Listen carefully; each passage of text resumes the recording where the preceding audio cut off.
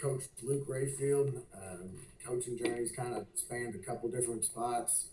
I was a student assistant at SEMO for my last 2 years there at school, and got to work under some great guys there, and ended up becoming a graduate assistant at Missouri S&T Science and Technology, a Division II school, and got under a guy there named David Brown, who really was a big mentor for me in my coaching journey, and that was in 2012.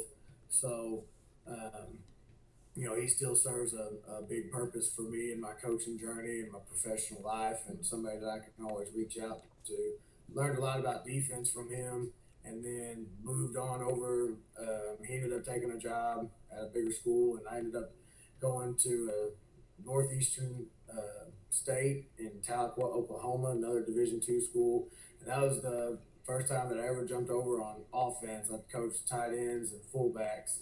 It was one of those things where I got over there and I met with the head coach and got the job and everything like that. And I was always a defensive guy, and I told him that, and he told me that if you ever want to run the show, you got to know how everything works. So that was my jump over to offense, and really probably one of the best things that ever happened to me, because I had to really, adjust what I was doing, talking about blocking scheme and going into things that I wasn't, used to going into. So that really kind of changed my trajectory of my career. And after my stint there, man, I wanted to come back home to Missouri and be in the Boot Hill where I'm originally from and grew up, and ended up at a couple different schools.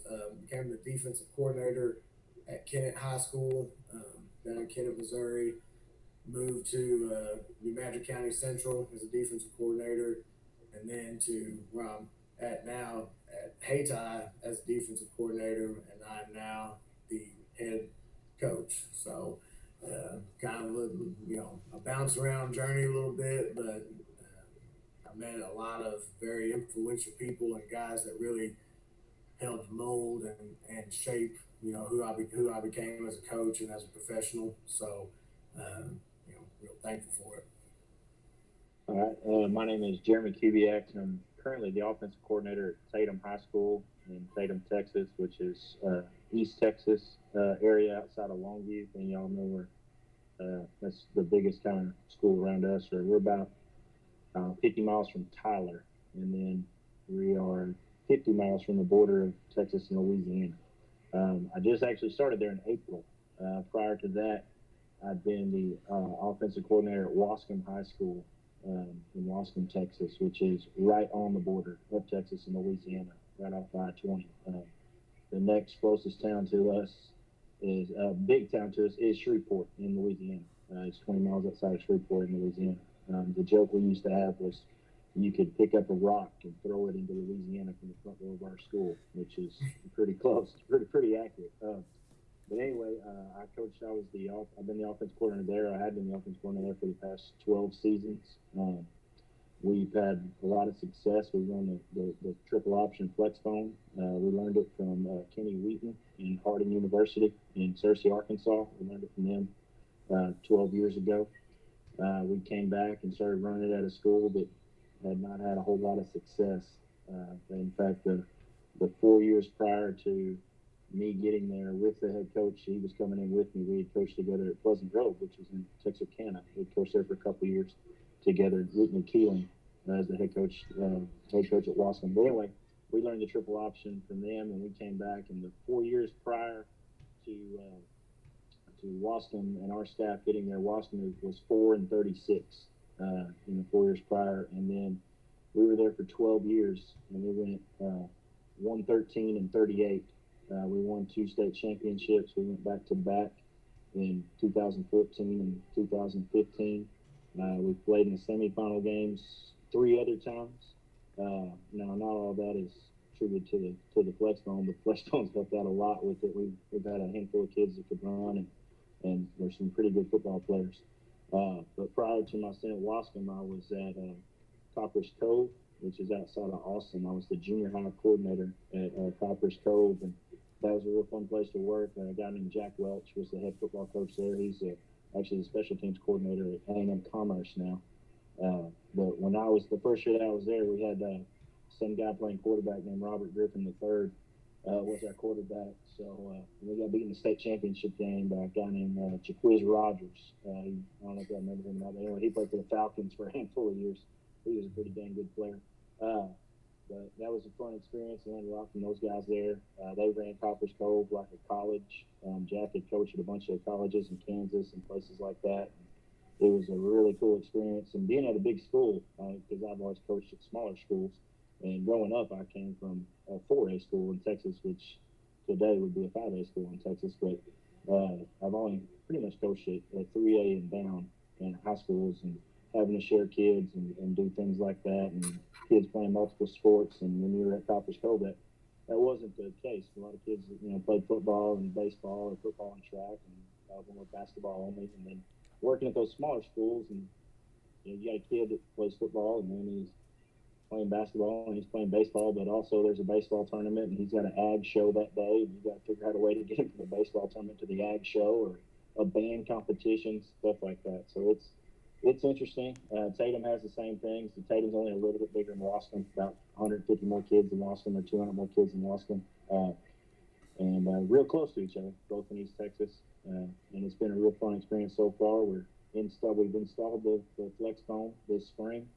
Haven't ran a play with it at Tatum yet, but we're looking forward to it. We're doing a little bit in the summertime, and the kids have embraced it, and they're excited about it. Especially they've been running the spread for the last about 8 years, so it's a big change up for the kids. But there's some good kids at Tatum that just want to win. They don't care. They don't care. Coach, we'll run the ball, we'll throw the ball, we'll do whatever. They just want to win, and so it's been a fun experience so far at Tatum.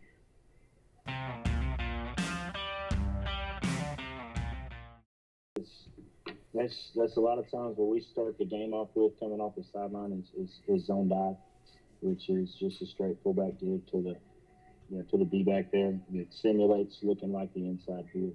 And when we go in, I want to give you a formation that I want to see how you're going to line up to, because that unbalanced formation is one of our favorites, and I'm going to see what you're going to do to that. And so that's why we come up with that off the sideline first play a lot of times, just to see what you're going to do. But that's just zone dive. We're going to our play side, which is the right side. Our play side tackle, his job is to be the B-gap protector, and the play side slot, the one that didn't go into motion, he's going to be the C-gap protector. And then the right guard, the play side guard, is going to step at the V of the neck of the B-gapper, or the guy you got in the B-gap right there. He's going to power step at the V of the neck and working up the linebackers, his eyes on the linebacker. If that guy in the B-gap is going to pinch, and that tackle is going to take him over, and they're going to try to put that guy in the lap of that play side linebacker. And our B-back, our fullback, is hitting at the inside foot of the guard, looking to make a cut up and make that double team correct. Whether they turn him out, we're trying to turn him and put him in the lap of that play side linebacker, but he's got to make that blocker right, so cut in, cut out off of that. Our center is going to handle the nose with help from that left guard. He's going to scoop up with the nose. We're going to double team up to the backside linebacker, and then the backside tackle is working scoop underneath, trying to cut off your 4-eye or your B-gap defender right there. And we're going to try to block your defensive end with our motion and have the quarterback carry out his fake after he hands the ball off to simulate the option the best that we can to get your pitch guy to come out and get your storm safety rolling downhill to the pitch and create a space right there off that in that B-gap right there. What we're going to do is we're going to do our 5-man front like I talked about. We're going to have our tackles aligned in those B gaps. They're penetrating B gaps. Our ends are outside contained. Our nose is straight up on the center. His whole job is just to push the center back 2 yards. So if we can do that, we feel like we're winning the battle at the point of attack. Like I mentioned, just because based on alignment, if it's something that we know that you're going to do and we see that is covered up, we're going to break out of our man zero and go more into a man free. And safety's got middle of the field. We got backside corner is manned up on that wing. Front side corner is manned up on the X or Z, whatever you want to call them, X or Z, and then we're just manned up across the board. Back to you as far as inside backer rules. Back flares out to you, he's yours. Quarterback rolls to you, he's yours. It's just we try to make it as simple as we can as far as those man concepts.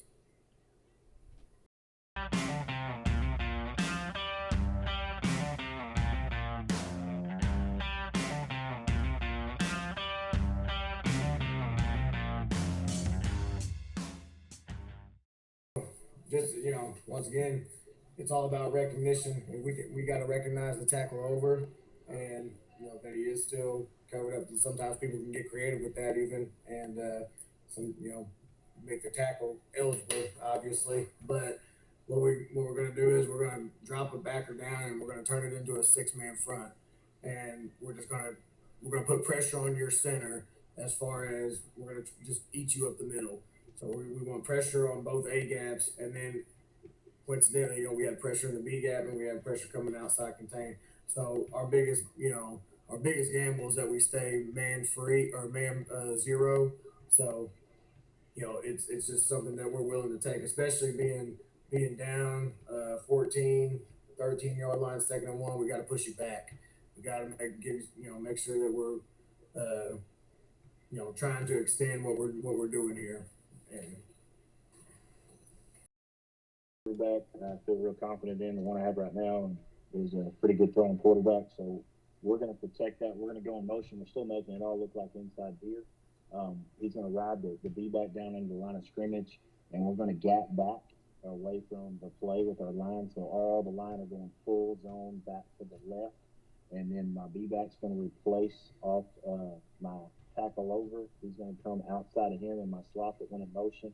He's going to stick his foot down and hit it downhill, and so I have an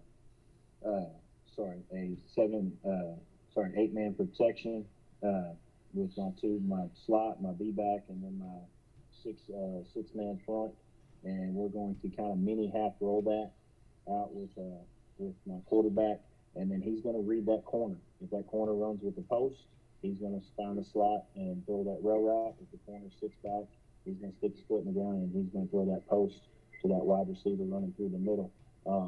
We're hoping we get a great play fake, and those guys in the backfield in the secondary are, with it being 2nd and 1 and us backed up at our own goal line. But with us being up by 14 points, we're going to be able. I feel confident taking a gamble right there a little bit, and we're going to kind of hope that they're selling out for the run right there on 2nd and short, and if that safety will come creeping downhill. And in that case, if that corner is disciplined and runs with his man like he should, then that wheel route should be open. If not, if that safety comes downhill and that corner gets caught looking in the backfield, then that post should be open running through the middle of the field.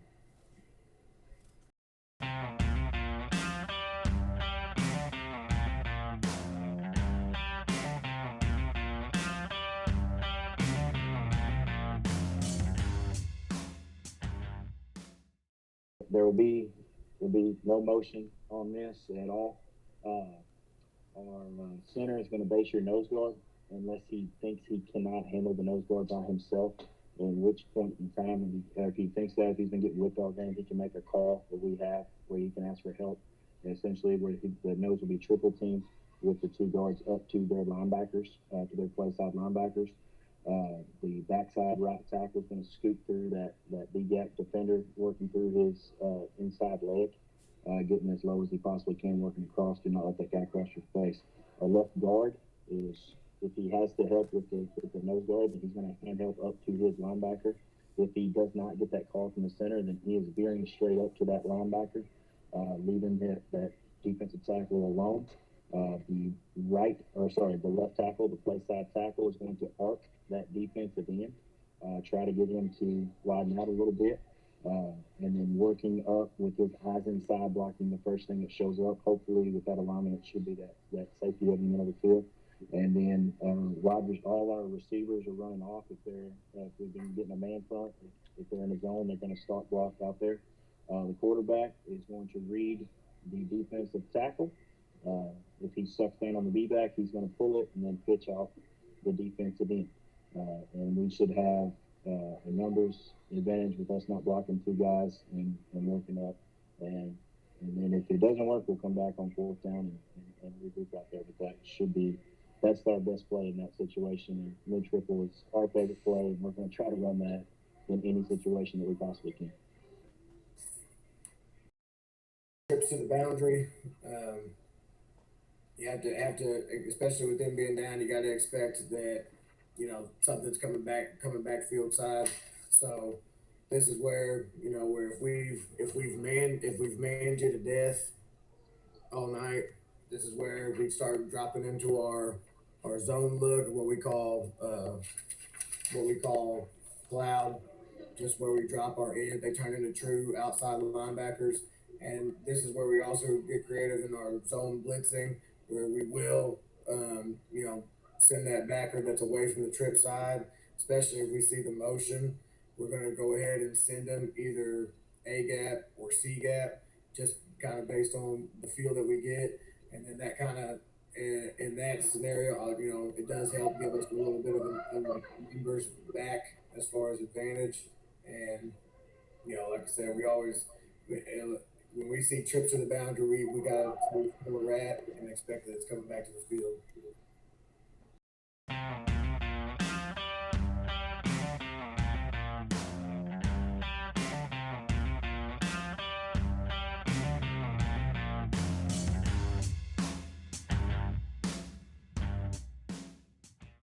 Did we just come out of a timeout? Did we see this formation? Or it's easy to line up in a perfect world. If I got something called, we don't get aligned to it right.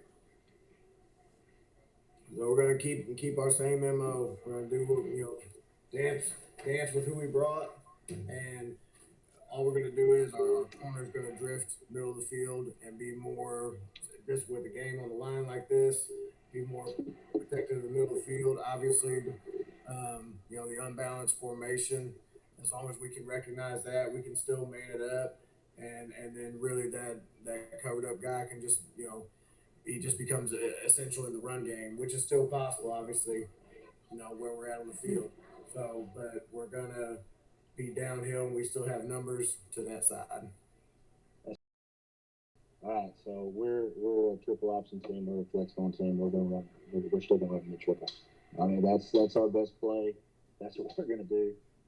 That is what we run. We ran the numbers on this play this year. That's 17% of our offense. And so we're going to overload you again, and I'm going to try to get the numbers advantage on you. Same deal. I'm going to baseline your nose with my center.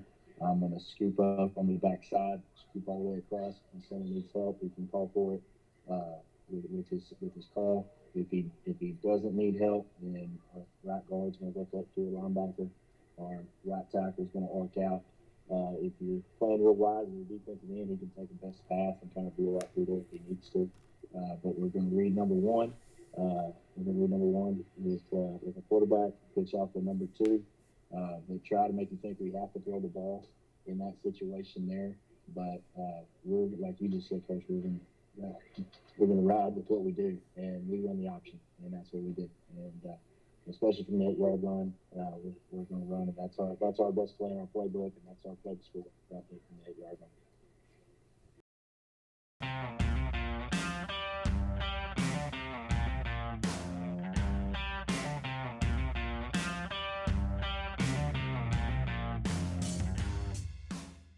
Man, hey, appreciate y'all having me on. This was really, really fun. Enjoyed talking with both of y'all. Enjoyed this. This is making the summer go by a little bit faster. This has been really fun. For you guys that are going to watch this, my name on Twitter is @Kubiak Jeremy on Twitter. You can find me there.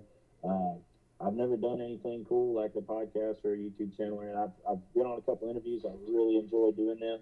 If you feel like I'd be somebody worth taking your time out of your day to talk to, I enjoy doing all this stuff as much as I can. Enjoy doing the clinics and talking to coaches and getting to know everybody across the country doing this stuff.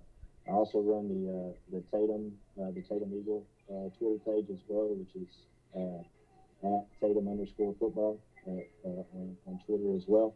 We're looking forward to a great season at a new school, and looking forward to spreading the triple option all the way across Texas, because it's coming. It's a fun offense to run, and like I've told a bunch of people before, it's a really good offense because you can do so much out of it, but it's a really bad offense because you can do so much out of it. But again, thanks for having me on, guys. I enjoyed the heck out of this, and I appreciate you guys taking time out of your day to talk to me about football. Um, just first off, like I said, in my intro, uh, my name is Coach Luke Rayfield, and I am at Hayti High School. Twitter, Instagram. Um, I'm new to TikTok. I'm really late on that, but all of it is Coach Ray 573. So you can find me on all that stuff. Trying to build up that TikTok following, trying to get my kids to think that I'm cool and all that kind of stuff. So um, really enjoyed this. But like Coach said, this is a lot of fun, and it helps keep our minds fresh and try to analyze and break things down and really talk about how I always feel like the best coaches can make the most complex things seem simple. So and that's really Coach Kubiak did a great job of that. So I really enjoyed this one.